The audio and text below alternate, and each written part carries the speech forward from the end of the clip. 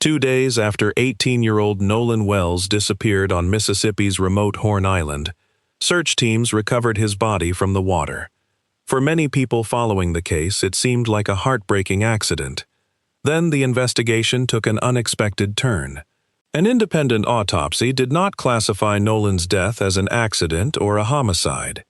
Instead, the forensic pathologist concluded that the cause and manner of death should remain undetermined pending further investigation.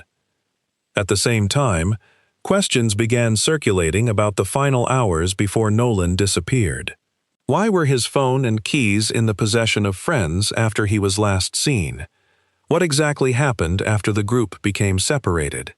And why did Nolan's family believe the investigation was far from over? By now, you've probably heard Nolan's name. You've seen the headlines. You've followed the debates. Maybe you've even formed your own opinion. But this case isn't just about opinions.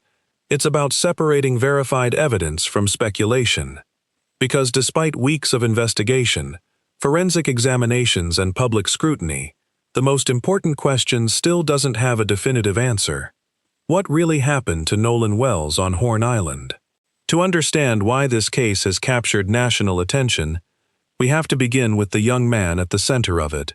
Nolan Wells was 18 years old, with what many believed was a promising future ahead of him. A talented wide receiver, preparing for the next chapter of his football career, he had recently joined Southwest Mississippi Community College, where coaches and teammates were eager to see what he could accomplish on the field. Those closest to him described someone who enjoyed being around friends, valued his family, and approached life with the kind of optimism often associated with someone just beginning adulthood. Like many teenagers across America, Nolan was spending the Independence Day holiday with friends. It was supposed to be an ordinary summer outing. The destination was Horn Island, one of the barrier islands that stretch along Mississippi's Gulf Coast. Unlike busy public beaches filled with tourists, Horn Island offers something entirely different: remote, beautiful, and isolated. Accessible only by boat, the island is known for its untouched shoreline, wildlife, and miles of undeveloped beaches. Its natural beauty attracts campers, anglers, and groups looking to escape the crowds on the mainland. But its isolation also presents unique challenges. Once you're there, immediate help isn't always available. Mobile phone reception can be inconsistent. Emergency response times are naturally longer than they would be in a populated area. Visitors are expected to prepare carefully before making the trip, because assistance may not arrive quickly if something goes wrong. Those realities are well known to people familiar with the Mississippi Barrier Islands. On the 4th of July, Nolan traveled to Horn Island with a group of friends. What happened during most of that day has never been the subject of significant public dispute. The uncertainty begins much later. As daylight started giving way to evening, members of the group eventually prepared to leave the island. According to accounts provided to investigators, Nolan did not return on the same boat as the others. That single fact has become one of the most significant points in the entire investigation. The explanation offered was that Nolan intended to remain on the island because he believed he could return later with someone else. On its own, that explanation might not immediately seem unusual. Young adults often make spontaneous decisions. Plans change. People split into different groups during holiday gatherings, but as investigators and Nolan's family began reconstructing the timeline, more questions emerged than answers. If Nolan truly intended to stay behind, who exactly was he expecting to leave with? Had those plans been firmly arranged? Or were they simply assumptions made in the moment? Those questions remain central, because the answers help determine whether what happened afterwards was an unfortunate chain of events or something far more complicated. Another detail quickly drew attention: Nolan's personal belongings, his mobile phone, his keys. According to publicly available information, those items were later found in the possession of one of the friends, rather than with Nolan himself. That discovery immediately became one of the most discussed aspects of the case. Not because possessing someone's belongings automatically suggests wrongdoing. It doesn't. People frequently hold on to each other's possessions during group outings. Friends borrow vehicles. They carry spare keys. They leave phones charging. None of those actions are crimes. But when the owner of those belongings disappears and is later found dead, investigators naturally examine every detail surrounding where those items were, who had them, and why. Context changes everything. As concern over Nolan's whereabouts grew, emergency calls were eventually made requesting assistance. Search efforts involving local authorities and the United States Coast Guard followed. The waters surrounding Mississippi's barrier islands can be unpredictable. Changing tides, strong currents, variable weather conditions. Even experienced swimmers and boaters can encounter dangerous situations unexpectedly. Search teams faced those challenges while trying to locate Nolan. For Nolan's family, however, every passing hour without answers became increasingly unbearable. Then came the moment every family fears. 2 days after Nolan disappeared, his body was recovered from the water. The discovery brought heartbreak. But it did not bring closure. In many investigations, recovering a victim allows authorities to quickly establish what happened. This case would prove different. Almost immediately, public discussion began focusing on whether the circumstances surrounding Nolan's death had been fully understood. Early statements from local authorities indicated that investigators were looking at the possibility of an accidental drowning, and that there was no immediate indication of foul play. Those statements were widely reported. For some observers, they appeared reasonable based on the information available at the time. For Nolan's family, however, they came far too soon. They believed important questions remained unanswered. Rather than accepting the initial direction of the investigation, the family chose another path. They sought independent experts. They retained nationally recognized civil rights attorney Ben Crump, and they made it clear that they intended to pursue every available avenue to understand exactly what had happened to their son. That decision transformed what might otherwise have remained a regional investigation into a story receiving national attention. Media outlets across the country began following developments. Civil rights organizations expressed interest. Public discussion intensified. But amid the growing attention, it became increasingly important to separate emotion from evidence. One of the challenges in any high-profile investigation is that information rarely arrives all at once. Instead, facts emerge gradually. Witnesses are interviewed. Forensic testing takes time. Digital evidence must be examined carefully. Investigators compare statements against physical evidence before reaching conclusions. That process can be frustrating for families desperate for answers. It can also create a vacuum where speculation spreads faster than verified information. Few cases demonstrate that reality more clearly than Nolan Wells. Within days, social media was flooded with competing theories. Some insisted foul play was obvious. Others argued there was no reason to doubt the initial assessment. Neither position was supported by a complete investigation. The truth was, and remains, that investigators continued gathering evidence while many people outside the investigation had already reached conclusions. Then came a development that shifted the conversation once again. Nolan's family commissioned an independent autopsy. Unlike the preliminary public discussion surrounding the original investigation, the independent forensic examination would introduce findings that neither confirmed criminal activity nor supported a simple accidental explanation. Instead, it added another layer of uncertainty. And that uncertainty would become one of the defining features of the entire case. The independent forensic pathologist concluded that the cause and manner of Nolan Wells's death could not yet be determined and should remain undetermined pending further investigation. That conclusion differed from the assumptions many people had already formed, but it also stopped well short of declaring that foul play had occurred. It was, in many ways, an acknowledgement that more evidence was still needed. For Nolan's family, that finding reinforced their belief that the investigation should continue without rushing to a final conclusion. For investigators, it meant that important forensic testing, including toxicology and additional analysis, remained part of the process before every question could be answered. And for the public, it served as a reminder that the most responsible position is often the most difficult one. Waiting. Waiting for evidence, waiting for science, waiting for investigators to complete their work. Because in a case like this, patience isn't the enemy of justice. Sometimes, it's exactly what justice requires. If there is one moment that changed the direction of this investigation, it wasn't when Nolan's body was recovered. It was when his family decided they weren't prepared to let the first explanation become the final one. From the beginning, they maintained that too many questions remained unanswered. They weren't asking investigators to confirm a crime had occurred. They were asking them to keep looking until every piece of evidence had been examined. That distinction matters. Throughout this case, Nolan's parents have consistently said they want the investigation to follow the evidence wherever it leads. Whether that evidence ultimately supports an accident, criminal conduct, or something in between, their position has remained the same. Find out what happened. That determination led them to commission an independent forensic examination, one of the most significant developments in the entire investigation. Independent autopsies are not unusual in high-profile cases.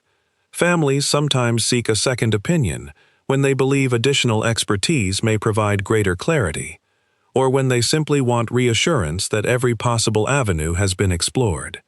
A second examination does not automatically invalidate the first, nor does it automatically prove that something was overlooked. Instead, it offers another opportunity to evaluate the available evidence. In Nolan's case, the independent examination attracted national attention because of who performed it and what was ultimately concluded. The forensic pathologist reported that the cause and manner of death should remain undetermined pending further investigation. For some people following the case, that statement immediately became proof that foul play had occurred. But that's not what the report said. An undetermined finding is exactly what the words suggest. It means the available evidence does not yet support a definitive conclusion. That is very different from declaring homicide. It is equally different from declaring an accidental drowning. It simply means more investigation is needed before reaching either conclusion. That nuance has often been lost as the case has unfolded online. The independent examination also documented an area of deep tissue discoloration on the back of Nolan's head. Understandably, that finding generated enormous public interest. Many people immediately assumed the injury proved Nolan had been attacked before entering the water. The reality is considerably more complicated. The forensic report described discoloration within the deep soft tissue. Importantly, there was no fracture to the skull and no external laceration over the area. That doesn't answer what caused the finding, nor does it automatically point to a criminal assault. Medical experts have explained that deep tissue changes can have multiple possible explanations, including post-mortem changes that occur after death. At the same time, forensic pathologists are trained not to dismiss unusual findings without careful examination. In other words, the observation deserved documentation. It deserved further investigation, but standing alone, it did not establish how Nolan died. That careful distinction is exactly why experienced investigators avoid drawing conclusions from one isolated finding. Every piece of evidence has to fit within the broader timeline. Medical evidence, witness statements, digital records, phone data, search records, environmental conditions. Each one tells only part of the story. Together, they may eventually reveal the full picture. Another issue quickly became the focus of public discussion: Nolan's phone. In modern investigations, mobile phones often become silent witnesses.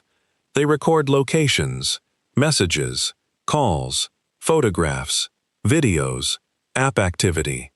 Even when someone isn't actively using the device, digital records can help investigators reconstruct timelines with remarkable accuracy. That reality explains why Nolan's phone has remained one of the most discussed pieces of evidence. According to Nolan's family, when they eventually gained access to the device, they were surprised by what they found, or more accurately, by what they didn't find. The family publicly stated that there appeared to be no photographs or Snapchat content documenting the 4th of July outing, despite describing Nolan as someone who regularly captured moments with friends.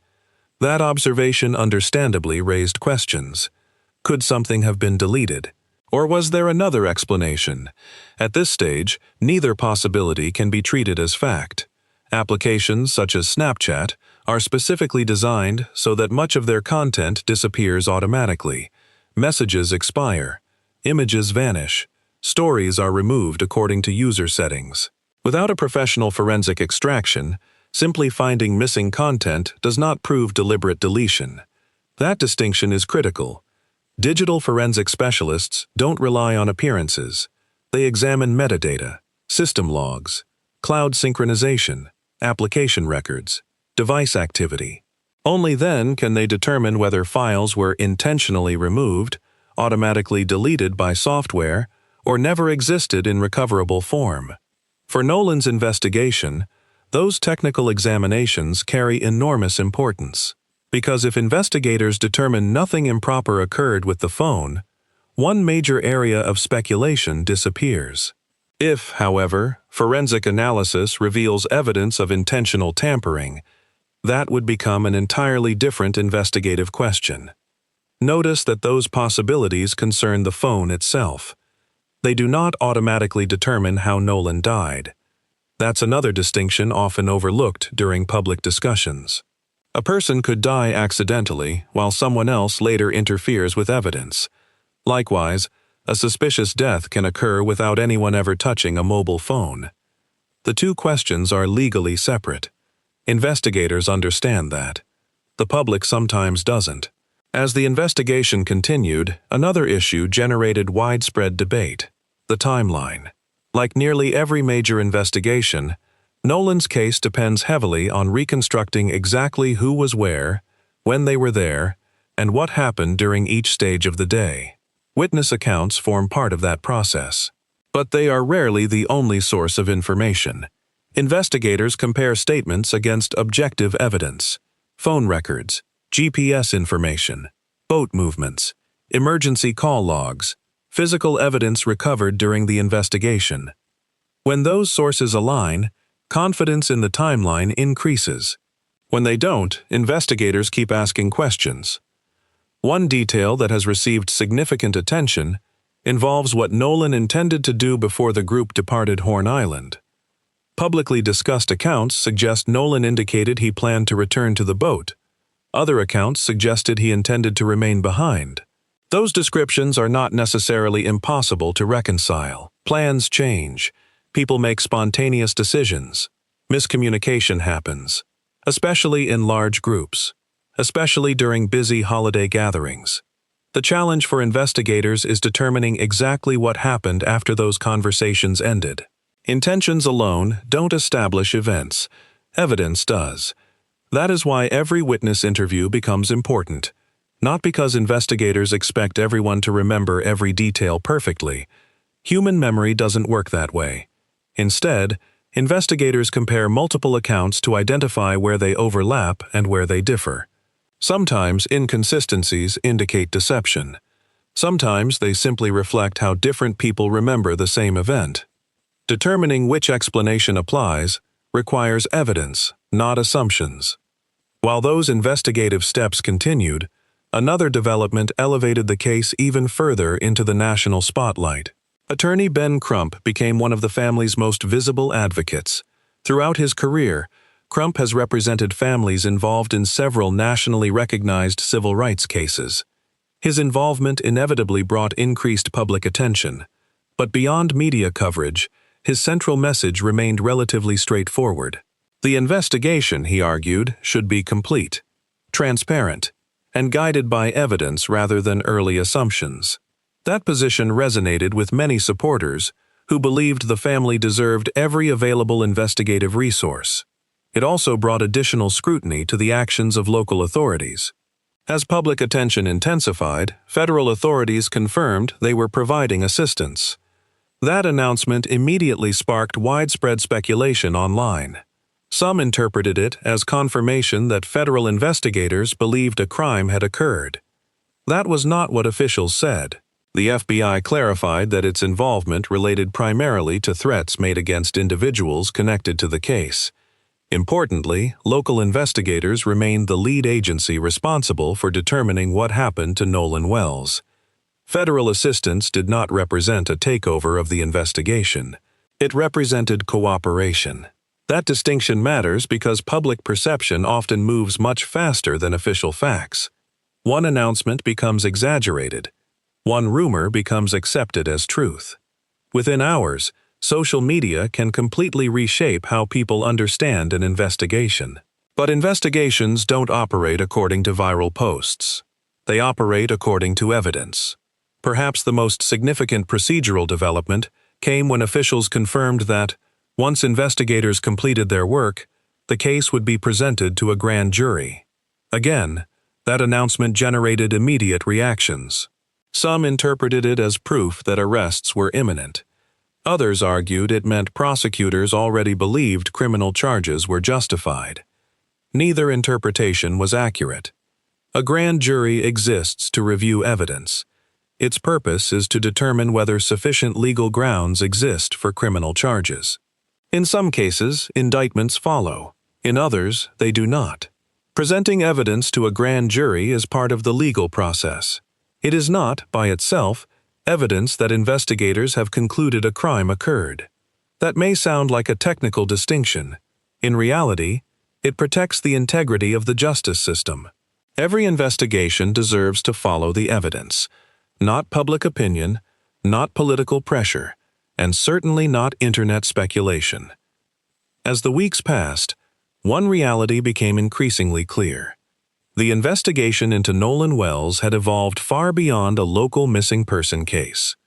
It had become a national conversation, not simply because of unanswered questions, but because those questions touched on something larger. How should investigators approach cases where early appearances may not tell the whole story? How much weight should families' concerns receive? And how do authorities balance transparency with protecting an active investigation? Those questions extend far beyond Horn Island. They influence how future investigations may also be viewed.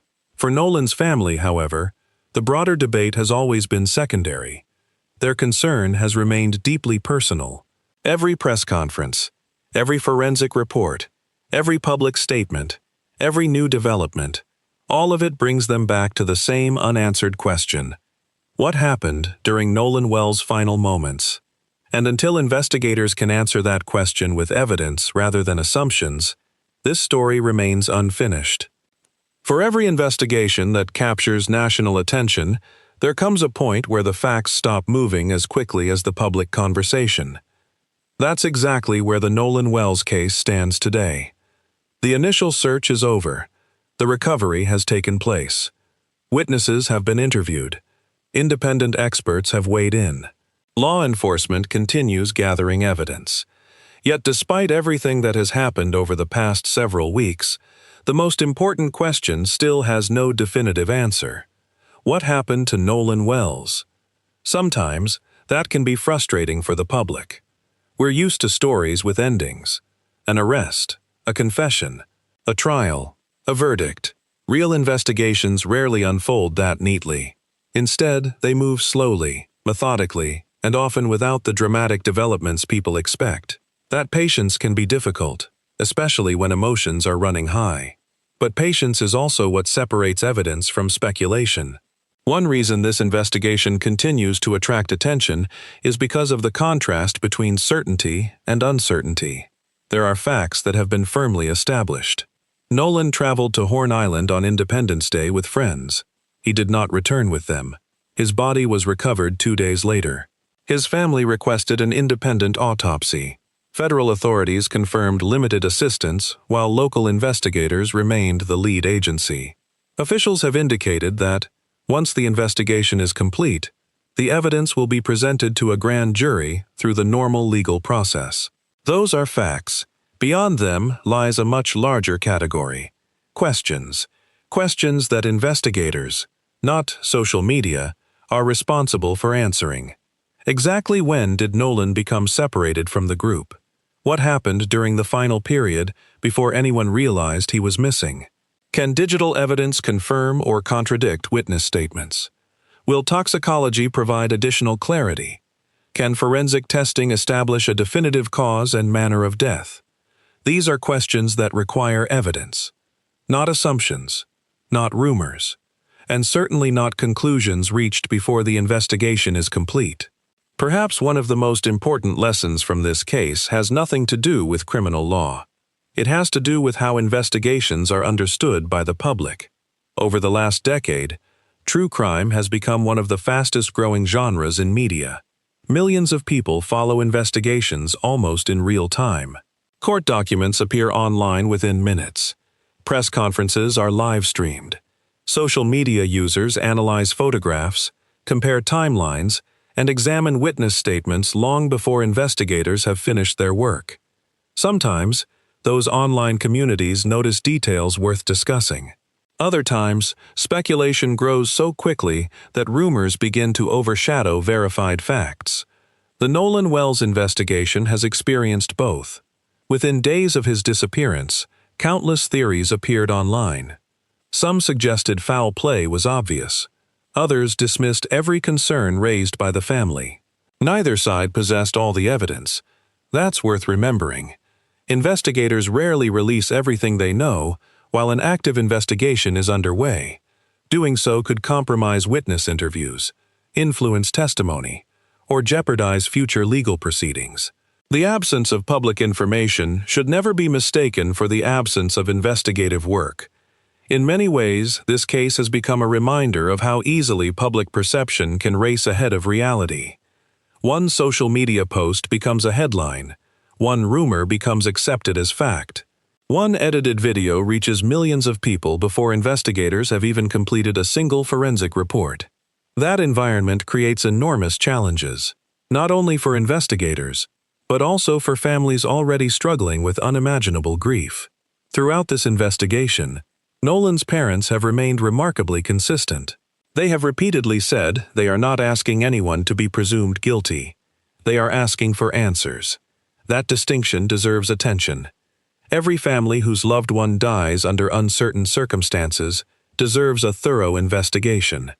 That principle applies regardless of who the victim is, regardless of where the incident occurred, and regardless of what investigators initially believe happened. Transparency builds confidence. Evidence builds trust. Those two principles often take time. As investigators continued reviewing the evidence, another important reality became clear. No single piece of evidence was ever likely to solve this case by itself. Not the autopsy, not the phone, not one witness statement, not one forensic examination. Investigations rarely work that way. Instead, they resemble a puzzle. One witness confirms part of the timeline. Phone records verify another portion. Forensic testing explains a medical finding. Digital evidence fills another gap. Eventually, enough individual pieces may fit together to reveal the complete picture. Or, they may reveal that some questions can never be answered with complete certainty. That possibility can be difficult to accept. But uncertainty is not failure. Sometimes, it is simply the most honest conclusion the evidence allows. One aspect of the investigation that deserves recognition is the professionalism required from forensic experts, independent pathologists, medical examiners, digital forensic analysts, search specialists. Every one of them approaches the evidence from a different perspective. Their responsibility isn't to support a particular theory. It isn't to satisfy public opinion. Their responsibility is to interpret evidence objectively. Sometimes their findings agree. Sometimes they don't. When differences arise, further investigation becomes even more important. That is precisely why the independent autopsy received so much attention. It didn't provide every answer. It highlighted why investigators should continue asking questions. That is a very different thing. As this case has evolved, another lesson has emerged. The importance of separating advocacy from evidence. Families naturally advocate for their loved ones. Attorneys advocate for their clients. Community leaders advocate for transparency. investigators advocate for evidence. Each has a different role. Each approaches the case from a different perspective. Understanding those different roles helps explain why public statements sometimes sound very different from investigative findings. Neither necessarily cancels out the other. They simply serve different purposes. There is also a broader conversation this investigation has started. How should authorities respond when families express concerns about an early investigative conclusion? Should independent forensic reviews become more common? Can law enforcement improve communication during high-profile investigations without compromising their work? These are important discussions. Not because they change what happened to Nolan, but because they may influence how future investigations are handled. History has shown that some investigations benefit from additional scrutiny. History has also shown that early public assumptions are sometimes completely wrong. That is why responsible journalism and responsible true crime storytelling requires restraint. It's easy to tell viewers what they want to hear. It's much harder to tell them only what the evidence currently supports. The Nolan Wells investigation reminds us why that distinction matters. Today, there are still pieces of this story that investigators have not publicly explained. That doesn't automatically indicate wrongdoing. Active investigations routinely withhold information. At the same time, unanswered questions naturally leave room for concern. Both realities can exist together. The challenge is resisting the temptation to fill those gaps with speculation. As we wait for the investigation to reach its conclusion, the focus should remain where it belongs. On evidence, not assumptions. On facts, not rumors. On justice, not popularity. Because whatever the final conclusion ultimately becomes, it should be one supported by careful investigation rather than public pressure alone. If the evidence establishes that Nolan's death was a tragic accident, then that conclusion should be accepted because the evidence supports it. If the evidence ultimately points investigators in another direction, then that conclusion should be supported with the same commitment to facts. Justice demands nothing less. At the center of every development, every press conference, and every headline is a family whose lives changed forever. For Nolan's parents, the passage of time has not lessened the need for answers. Every birthday missed, every holiday, every milestone that should have been celebrated. Those moments serve as constant reminders of the young man they lost.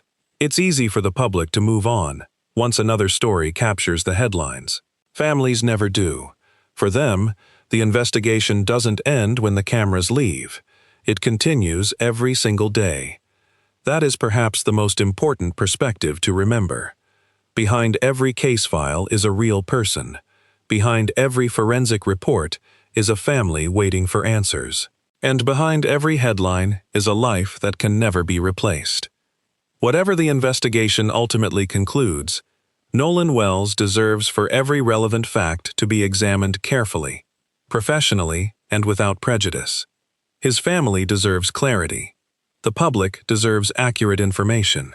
And the justice system deserves the opportunity to complete its work without speculation replacing evidence. If you followed this case from the beginning, we'd like to hear your thoughts. What questions do you believe investigators still need to answer before this case reaches its conclusion? Share your perspective respectfully in the comments below. And if you appreciate carefully researched, fact-based true crime documentaries that focus on evidence rather than speculation, please subscribe to this channel.